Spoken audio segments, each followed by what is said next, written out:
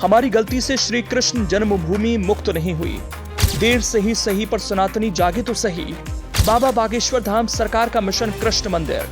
धीरेन्द्र शास्त्री के ऐलान से विरोधी गए गिर। कान्हा नगरी में धीरेन्द्र शास्त्री बनाएंगे कृष्ण का घर। हिंदू राष्ट्र की एक और चमत्कारी डगर।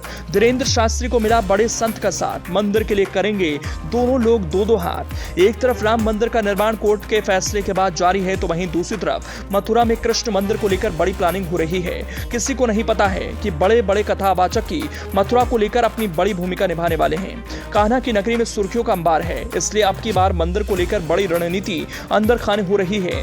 कथावाचक चाहते हैं वो राम मंदिर की तरह ज्यादा दिनों तक तारीखों में नहीं पड़ना चाहते हैं, क्योंकि तारीखें सिर्फ और सिर्फ उलझाने का काम करती हैं। लंबे वक्त से राम मंदिर को लेकर मुहिम छेड़ी गई थी, तब जाकर रास्ता निकला है। ऐसे में धीरेन्द्र शास्त्री ने अपना एक प्लान बनाया और तय किया कि वो भगवान कृष्ण के मंदिर को लेकर एक भूमिका निभाने वाले हैं। धीरेन्द्र शास्त्री के बयान से साफ हो गया कि कुछ बड़ा करने की तैयारी चल रही है, क्योंकि लगातार सुर्खियों में है और हिंदू राष्ट्र की मांग करने वाले सनातनी धीरेन्द्र शास्त्री ने चमत्कार करने की ठान ली है।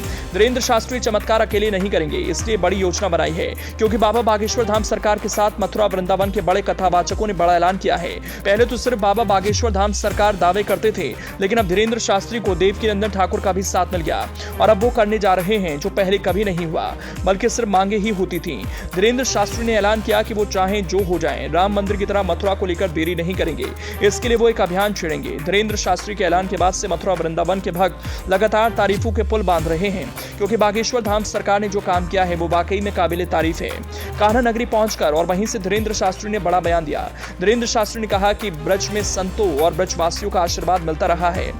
जिन्हें भी अपने जीवन में खालीपन लगे वो ब्रज में आकर भक्ति, प्रेम और शांति के रस में सराबोर हो सकते हैं। उन्होंने कहा, श्री राम जन्मभूमि की तरह ही मथुरा में भी श्री कृष्ण जन्मभूमि पर भव्य मंदिर का निर्माण होगा। हमारी गलती से श्री कृष्ण जन्मभूमि मुक्त नहीं हुई। देर से ही सही पर सनातनी जागे तो सही। हिंदू राष्ट्र की मांग को सही ठहराते हुए धीरेन्द्र शास्त्री ने कहा कि हिंदू राष्ट्र में फायदे ही फायदे हैं, घाटा कुछ नहीं।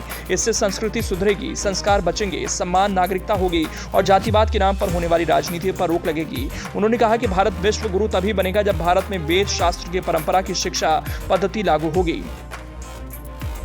ये अभियान तो बहुत पहले उठ जाना चाहिए था, बस देर से उठा ये दुर्भाग्य है।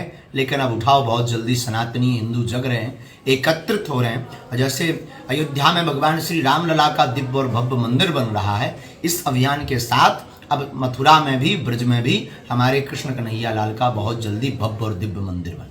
देखिए, हिंदू राष्ट्र में फायदे ही फायदे हैं, घाटा तो कुछ है ही नहीं। दूसरी बात, संस्कृति सुधरेगी, संस्कार सुधरेंगे, समान नागरिकता होगी। जातिवाद के नाम से ये जो राजनीति बार बार की जाती है और आपस में गृह युद्ध की स्थिति बन जाती है, यह गृह युद्ध की स्थितियां हमेशा के लिए विराम हो जाएंगी।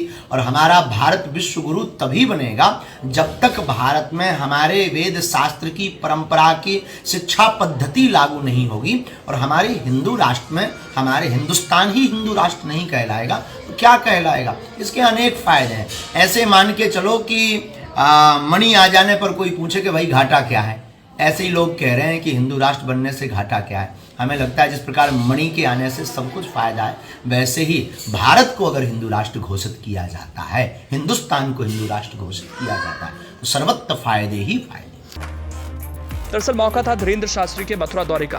धीरेन्द्र कृष्ण शास्त्री धार्मिक यात्रा पर ब्रजधाम पहुंचे थे। धीरेन्द्र शास्त्री ने वृंदावन और बरसाना के संतों से आशीर्वाद लिया।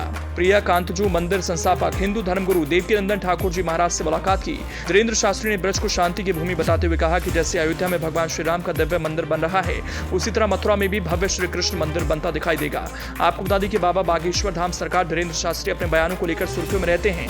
लगातार मांग करते हैं कि वो किसी भी तरह से भारत को हिंदू राष्ट्र बनाएंगे। अब मथुरा पहुंचकर मंदिर को लेकर बड़ा ऐलान किया है।